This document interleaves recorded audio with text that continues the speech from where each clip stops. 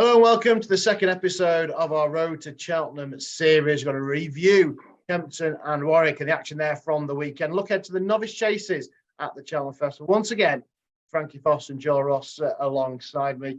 And we'll start with you first, Frankie. We're 8 weeks to go for Willie Mullins. Could he have a clean sweep of the novice chases? He's got thousands in there. I mean, it's not out of the question, is it?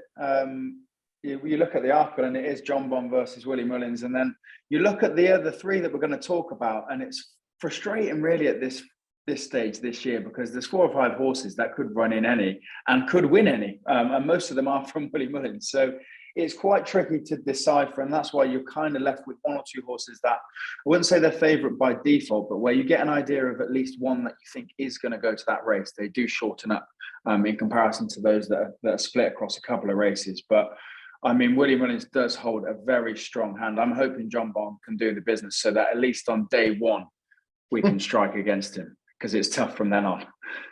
It is. And Jody, he's right. I mean, it's difficult to look at him at the minute with not knowing who goes where. The entries are through this week, so we may get a bit better of an idea. But, you know, Willie's going to leave all of his in every option, isn't he?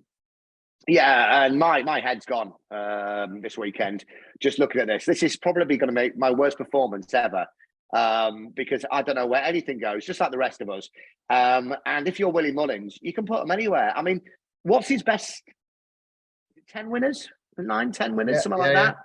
Yeah, I think he could smash that. And I think he'd take 3 out of 4 of these novice chases. But John Bon, as Frankie said, he'll do it for the English with that big English owner. Small English owner. Well, we'll get on to them in a moment. They'll review the weekend's action. Don't forget, we are nominal no bet on the 4 championship races right now: the Champion Hurdle, the Champion Chase, the Stayers Hurdle, and the Cheltenham Gold Cup. Have a bet on any of those 4 races, and if yours doesn't go, of course, you will get your money back. Right, let's quick review of the weekend with you boys. Obviously, Pic D'Orhy, very impressive again at Kempton. 16-1 for the Ryanair. Will that tempt you in, or does he need a flat track, Joel? Flat track, look, brilliant at the weekend. I think everybody put it up as a banker. It was one of those this weekend that everybody was just getting stuck in. And I think that's great, but wouldn't be for me. I'm chuffed for myself and Frankie with a Dan Skelton horse who beat your fella, Complete Unknown. I think they've been waiting for this. It's gone round the wrong way 3 times, back round the right way. Goes off 11-4. I thought it'd be a lot shorter. I think this is their Cheltenham. To be fair, I don't think there were too many Cheltenham clues this weekend. When you looked at it, a lot of these races were their Cheltenhams, and that's just my opinion. Okay, we'll go back to you, Frankie. Picked 1, Pic D'Orhy impressive, and Galley de Leto, the one that Joel was mentioning there, going the right way around. He said going left-handed. Was that the thing that was important to her, or is it the heavy ground because the jumping fell to pieces at Kempton, much more assured at Warwick? Yeah, I think you could look into that. Kempton run a bit too much. Jumped a couple poorly, lost confidence, and then was pulled up. And Dan actually said that because she was pulled up early, gave them a chance to come to this race because she didn't have, she didn't finish a race and they could come and race again a bit sooner. So I think she just didn't jump well. And I said on this preview we did, and I said on the day, watch the first couple of fences, and provided she jumps well, she should go and win. So I think it was just a bit of a jumping and confidence issue. She clearly had the talent to win the race, which she showed. The question for me now is where do you piece her between grade 1 and grade 2 stand? It could be a bit like a Pic D'Orhy in the sense that she's not going to go on to be top level, but she could clean up plenty of grade 2s like that. So we'll wait and see. But yeah, I was at Warwick and I was impressed. Maybe can I mention Guevega as well, because everybody was strong on this and went off at like 3. Massive gamble. Massive gamble, and pulled up. We did say we thought you were getting the big price of 7, 8, 9, 10-1. Well, huge gamble. Yeah, huge gamble, and pulled up, disappointing. And my nap selection, Knowsley Road, bit disappointing as well. It's it is what it is. It's that time of year, but the Moors won the second race. Was it a novice chase they won the second, and then more money came. You thought, here we go. Yeah. Is it the same colours, or is it just me being blind? It's you being blind. Yes, me being blind. Yeah, one difference between yellow, purple and pink. Yeah. Back to you, Joy. Talking about the Skeltons, Grey Dawning, really tenacious in the Leamington. Now we've had the new one and Willoughby Court win that in the last 10 years and go on to Ballymore glory. Where would you pitch him in the pecking order? Look, he was really tenacious in real heavy ground. He's 25-1 for the Ballymore. Could you put anybody off? On, but I couldn't put anybody off. I mean, Skeltons, I can never call them. I can never call them right anyway, apart from the ones this weekend when we fluked it. Great Dawn, it looked impressive, but I think for me, if you look at some of the horses behind, what do we say? There was £8 or £7 between the lot of them. Knowsley Road getting beat 6.5. You know, Snake Roll and Mexico. I hate to say this, I just wouldn't have an opinion. I think this weekend's racing, there's not a lot of clues there. A couple of disappointments for me personally because I backed him, but look, it looked fine on heavy ground to me. But I wouldn't be looking at the Ballymore for it. Frankie, yeah, probably further. Gives you the impression of a horse that not that sexy, but as you said, tenacious, was heavy ground, could stay and could battle. And although you don't go, wow, that was amazing, that was flash when it finished the race, did get the job done and it was tough. So I don't know if I'd have it done as a Ballymore horse, maybe a bit further. Maybe a bit further. I'm looking for that one. Grand National, yeah. What about this Blood Destiny, John? I'm going to come to you about this one because I know you mentioned it in the previous show the other week, last week as well. Impressive, but whoever farce of a race, nothing really got involved. However, the form ties in very nicely with Lossiemouth, who's your 5-4 favourite, and this fella still 5-1 for the Triumph. Yeah, it was comedy. I mean, I think I said on the punter's guide, you know, this is the Ballymore horse. I think I meant the Triumph, to be fair. And I think he was about 14-1. And it was even money, 11-10 on night when we're talking about it. I think it went off at 8-11 or something like that. It was your typical comedy Irish race where Mullins and Townend go from the front and anyone fancy having a play? Oh, they're catching me now. I'll go again. It was a farcical race. But if you got the price beforehand, that's what the play was, wasn't it? So you get the price beforehand. There's no point taking even money. And I thought it was good. I thought it was a really good thing. And now there's not a lot between the pair, you know. No, not for the line through Nuzret, no. There's not. And one's what, 5-1? What's the other? 5-4. Yeah, if you look at, you can never look into it too much, but common practice was 8 lengths behind Lossiemouth and 18 behind Blood Destiny, and Nuzret was 16 behind Lossiemouth and 18 behind Blood Destiny. So, I mean, I know they're different races and they were ran differently, but it's a bit of fun that does tie in, and their prices are drastically different. Maybe a little bit to value them. The Blood Destiny, you'd expect to be a lot closer together in the market. Of course, they are stablemates, so where they're going to go. I mean, I think Blood Destiny's has blown his Boodles mark anyway, that's for sure. So probably will end up in the Triumph. Right then, let's talk about the Novice Chase. We'll talk with the Arkle first with you, Frankie, as you mentioned John Bon at the top of the piece. Look, he comes here. It's El Fabiola, remember, it was so close between the pair over hurdles at Aintree back in the spring. Maybe that mistake at the last cost El Fabiolo.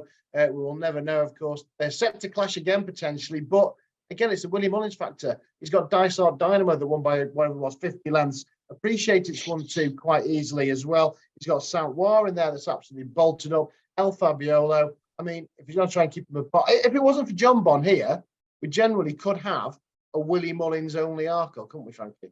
Yeah, I'm sure there'll be some markets knocking about as we get closer. You just can get a price on Willie Mullins to win the Arkle. It's a fascinating race. It is a fascinating race. I think the one I'd be most scared of would be Dysart Dynamo. I mean, you can go back to kind of their hurdling form, but you've got John Bon was obviously second to Con Hill and then won at Aintree and has been brilliant over fences. You've got Dysart Dynamo that came down in that race, and I watched that race back, and you've got Constitution Hill, John Bon and Dysart Dynamo. They are 3 top-class horses. It's a shame that we never got to see that race pan out. You've got Al Fabiolo, who came second to John Bon over hurdle. So all of this kind of hurdling for, they're all top hurdlers. Appreciate won a champion hurdle. And then they've all jumped fences as well. So we don't have a load of clues. But as I said, the one I'd be most excited about, I think, would be Dysart Dynamo. Just because it's a bit quirky, seems to have a load of speed, jumps a fence well. And now with a little bit more experience under his belt, will probably be the danger for me. But to be honest, it's all eyes on the Dublin Race Festival, isn't it? Because all of these Irish horses are entered there as well. So John Bon, we won't learn anything from when he goes back to Warwick. I think he's going to go. We won't learn anything there, but all eyes on the Dublin Racing Festival. If I had to have a bet now, John Bon's a safe one, but Dysart looks dangerous. Yeah. John Bond for Frankie, and George, you agree? And it's a busy few weeks of Paul Town and trying to sort out between these novices which one he's going to ride. Willie, Yeah, he can. Mullins can saddle them all. He can only ride one. Yeah. Look, I've got John Bond in small acres with the obvious ones, just because you can. I've got Dysite Dynamo at 12s. And what price? I'd appreciate it for the brand advisory, because I think Dysite Dynamo is probably the better chance of beating John Bond here. I'd take appreciate it now. I've backed it for summer at 33s. I'm only at a $5 on it each way, because if you look at those prices, it drifted from 16s. And you don't know, you're doing a jigsaw, aren't you? And you're looking at how many Willie's got in here. And I would probably have it down as John Bond, Dysite Dynamo, as Frankie said. So I'd probably take Appreciate out and put it somewhere else. Phil Dore, will Phil Dore go here?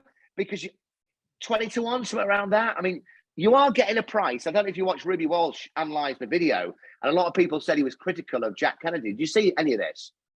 3 outs. Was it 3 outs when the horse smashed the obstacle, and he rushed him straight back into it, race over. And it's very uncharacteristic of Jack Kennedy to do that. But when Ruby goes through a race and analysed it, I was completely unaware of this. That's what happens. You've got to let him recover, and then and 20-1, I think is a decent price, and it's not Willie Mullins. But it's a Willie Mullins show. I think what we could do here is have John Bond here and the rest for the tricasts and forecasts, and just pull them out. But yeah, Appreciate it's interesting as a 9-year-old, isn't it?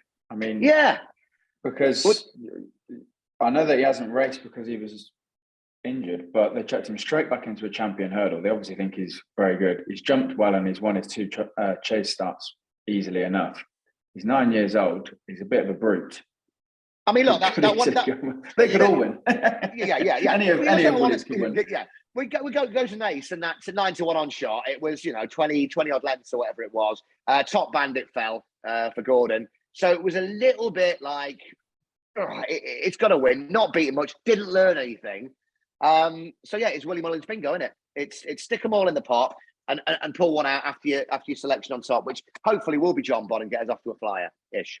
It's interesting. I mean, Dysite Dynamo's got to go here. He's too headstrong. But we also saw another one. I say Flame Bear at the weekend, win by 38 lengths. Another one now with Willie Mullins, who's been a lot of talk about. I mean, what did you make of that one on Saturday, Frankie? Flame Bear at 38 lengths, ease down.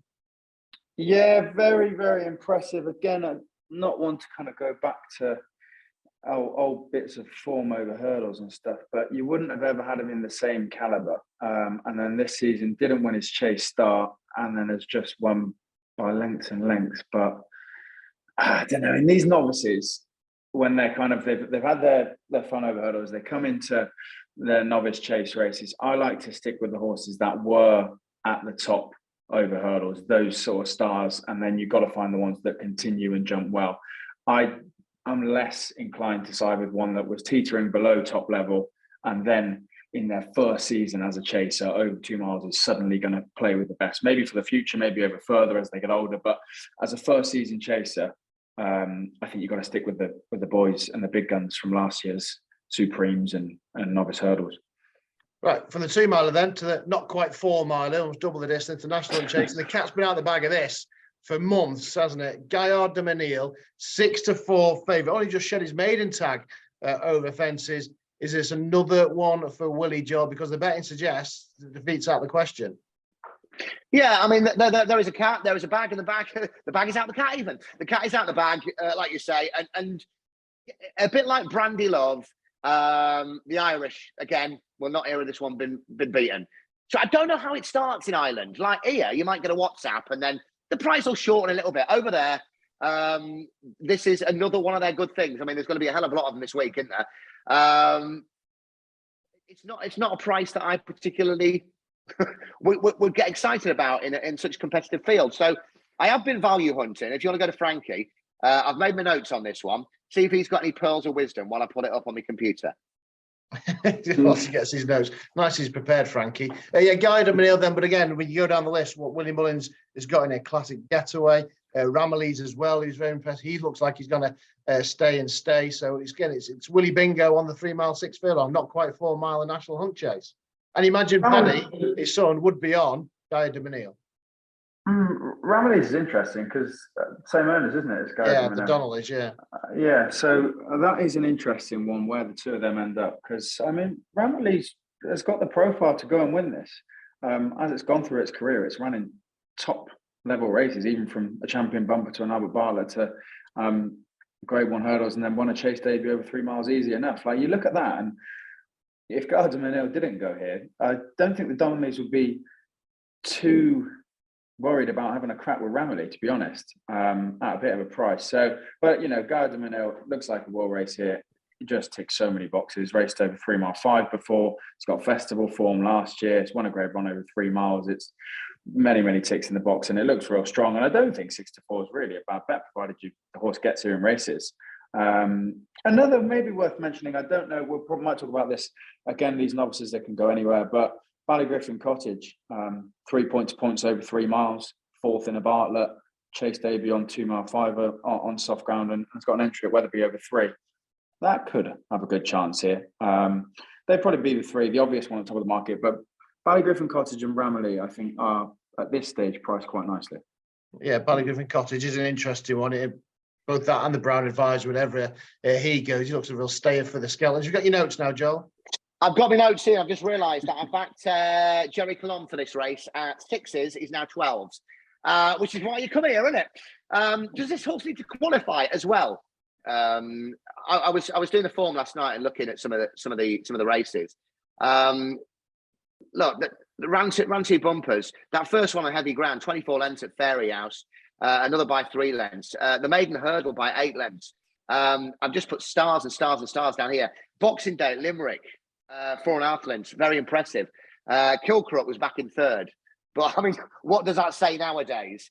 And I'm presuming Jamie Codd would ride, which, you know, I think he'd probably have a choice over Chemical Energy if it goes. Yeah. Or yeah. But I think Jerry Clum is the better. May need to qualify. Don't know what these comedy rules are now. But look, I think favourites got it sewn up. But at my massive price, 6s, now 12s, Jerry Clum for me.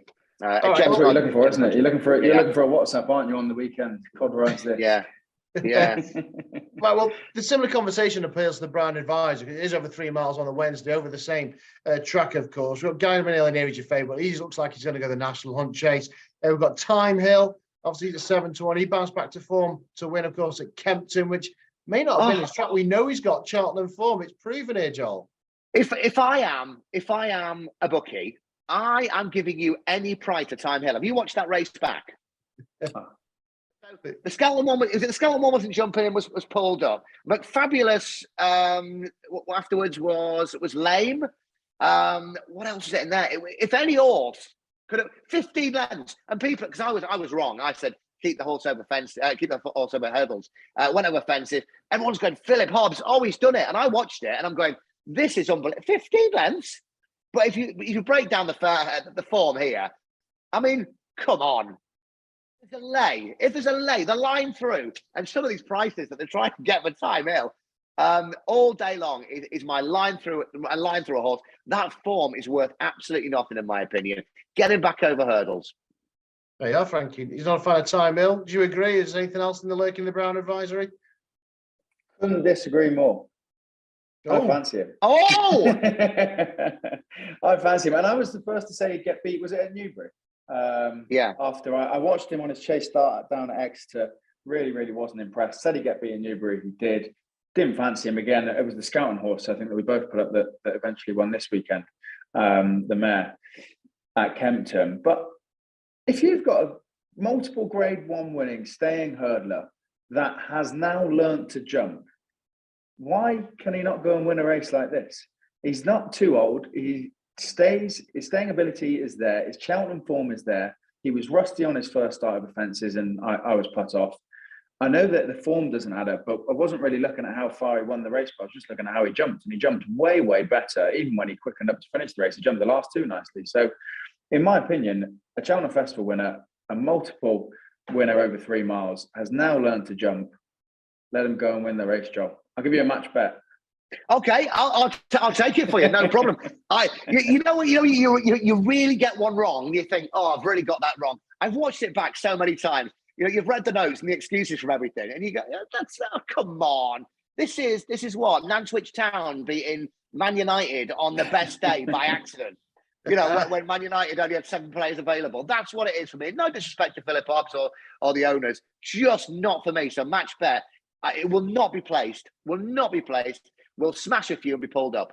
Just a quick one as well, boys. I mentioned the real whacker, the Dipper winner. Been there, done it twice. Obviously, is he being disregarded from a small stable? Pat Neville, come over from Ireland, only got a few horses. Is this being dismissed, the real whacker out of hand? I mean, was he 7-1 for the Brown Advisory? They've said that this looks like it's going to be the target. It's possible. I mean, beat Monmorel, Thunder Rock was in form, Beauport, Harvestbrook was never really going to get close. But yeah, I mean, there's every chance, isn't there? Everyone is quick when you don't recognise the owners and the trainer as well. And I think it was 12-1 when it won at Cheltenham, but it won well. Outside of a lot, yeah. Yeah, did nothing wrong. And off the back of that form, then deserves his shot, that's for sure. Joel? And we haven't mentioned Banbridge, by the way. And I know you've got a beautiful photo of Banbridge to show us. Oh, look, there it is. Oh, doesn't it look beautiful? Did I dream this? Or did somebody tell me? Or did I read it? Is Joseph O'Brien giving up training jumpers? I said that for years. I haven't seen it. Yeah. Is that just some vivid dream of yours? No, right, okay. Again, like I haven't got a crystal ball. I've got a jug. But it's mentioned Davy Russell coming back or whatever. I don't know if I dreamt it, but I'm sure. I'm not seeing anything. I have not seen a report. I've not seen a headline or anything. And probably just give something away then. Yeah, the last you'll find on that, Joel, is the 30th of March 2022. It's either a loose WhatsApp or have less cheese before you go to bed. Yeah, putting the worst rumour out there. But Banbridge, I think we've backed it before. Really like this horse. It might have reached the ceiling, and it might not be up to any of these, but there's some fancy prices around for any of these races.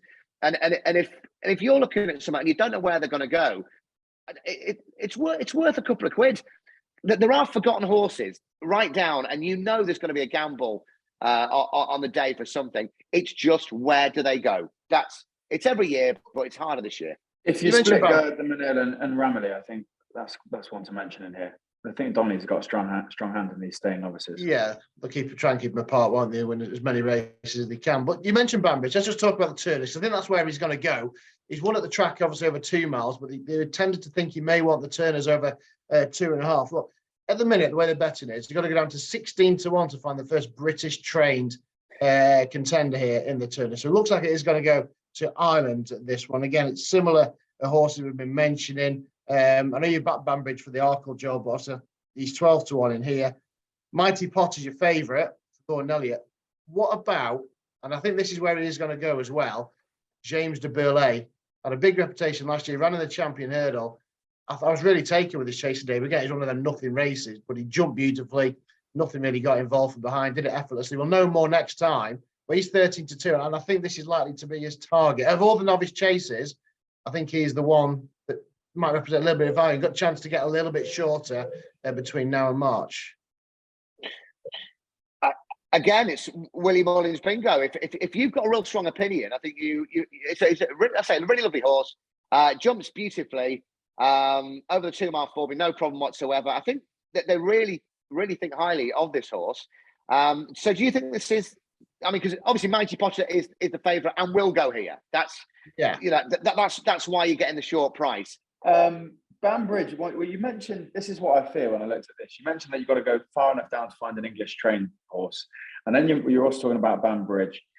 Came over and won at Cheltenham, beating the best of the British, and then went back to Ireland and got beat by lengths by 2 we've mentioned, Mighty Potter and Gaillard du Mesnil, one of Willie's and one of Gordon's. And I'm just looking at all these novice chases, wondering, is it a sad story of us over in England finishing behind one of Willie's or one of Gordon's? So it's a trick one. If I had to flag one up in this, the most interesting horse in this market for me is Sir Gerhard.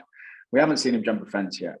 But as I mentioned, these novice chasers, I do take their hurdle form. I do take how highly regarded they were last year and what they might do and where they might go.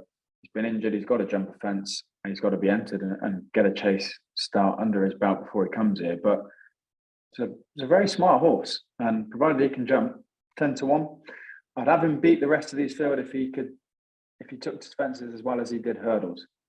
Yeah, that's interesting. He is an interesting one. You're right to see him over fence. Right, this is probably going to be the hardest thing we do in the whole run up to the Cheltenham here, is at this stage getting your best bet for the novice chases. Now, Joel is obviously mind blown by it all, although he has had a couple of bets, so he might be one of them all.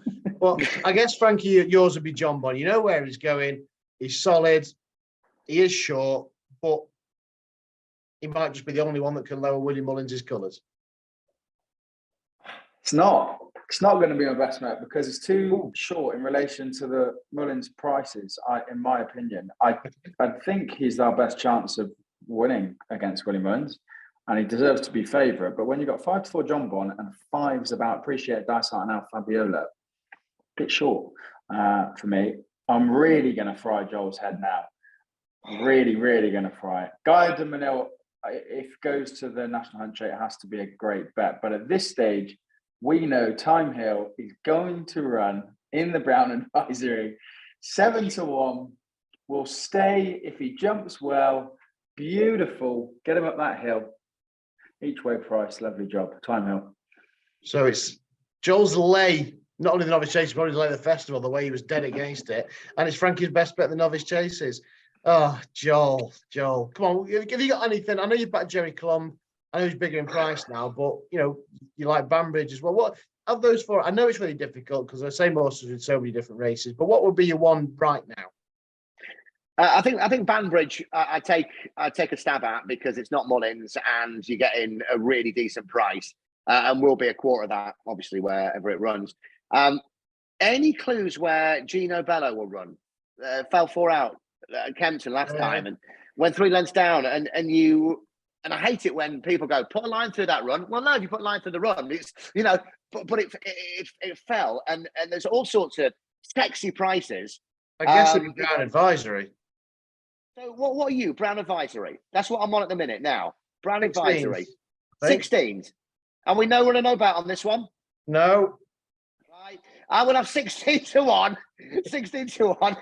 Angelino Bello. And hope it goes to Brown's Advisory. I really do think it's, it'll learn from there. Cheltenham takes a lot of jumping and all that usual crap, but it was a soft fall at Kempton, and we've got to go British, haven't we? We've got to go British, and we've got to support Paul Nichols. We've got to go British. Okay. You just mentioned Banbridge. He's Irish. I know, but I'm talking. Yeah, I'm just trying to avoid Mullins. That's all I'm trying to do. It's like Frankie going to a nightclub in London and trying to avoid ex-girlfriends. It's impossible. Yeah, that's true. That is very true. Right. So that's the novice chase is done then. Don't forget, we are nominal no bet just for Joel's benefit. So he does actually know we're nominal no bet on the Champion Hurdle, Champion Chase, Stayers Hurdle, and the Cheltenham Gold Cup, not the Supreme and not the Brown Advisory, not yet anyhow. So don't forget, we are nominal no bet on those. Next week, we're looking back at some real festival clues because we've got the Clarence House Chase between Energumen and Edwardstone. It's look forward to at Ascot. There's some plenty of trials at Haydock as well. So we'll be reviewing that and we're looking ahead to the novice hurdles because entries are out for those next week as well. So make sure you join us then and join us Friday night when we preview the action at Ascot and Haydock.